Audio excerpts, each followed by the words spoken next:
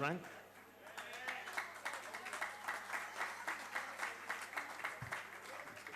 Thank you, House Chair. It is not difficult to understand why people would rather work as civil servants than contractors or employees of private contractors.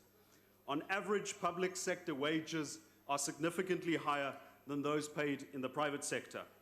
This is especially true for unskilled and lower skilled workers in whose favor the demand for insourcing is often made.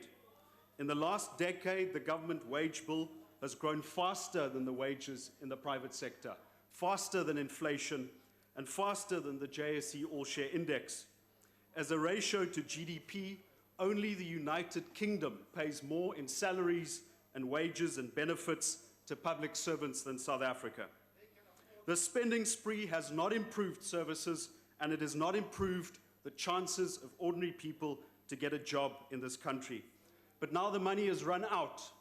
The pockets of taxpayers, including working men and women, are empty. And the DA is very concerned and cautious of demands to transfer ever more people from the payrolls of businesses to the payrolls of government. Insourcing of staff at universities came at a massive price for students, parents, and taxpayers, many of whom did not even have a university education. So this is the warning. Ever more people on government payroll, ever more money spent on salaries and wages of civil servants will inevitably mean less money for essential public services, less investment in infrastructure, lesser security for millions of South Africans who rely on social grants, and less money in the hands of families and private individuals to invest and create jobs. The principle of the matter is this: government does not exist first and foremost for the benefit of the people who work for government. Government's primary objective is to the South African people as a whole. So the question of whether to insource a particular service comes down to this: will it benefit ordinary South Africans? In some instances, it will. There are functions in government departments, municipalities, and entities that can only be fulfilled in-house.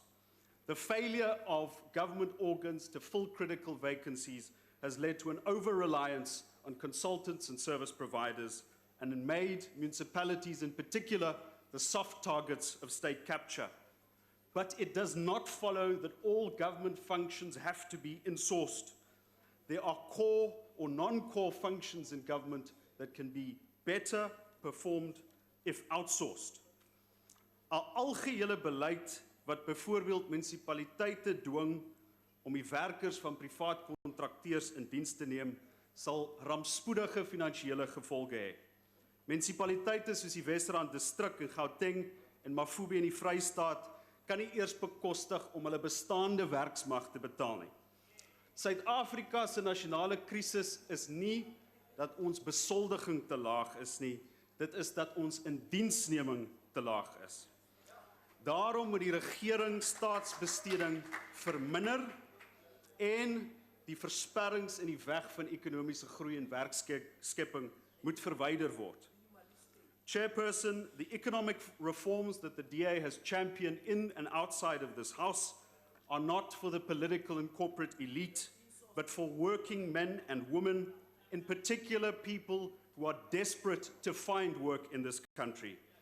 It is in their interest that the public sector wage bill must be lowered and not inflated. I thank you. Thank you, Honourable Member. Honourable Pambo.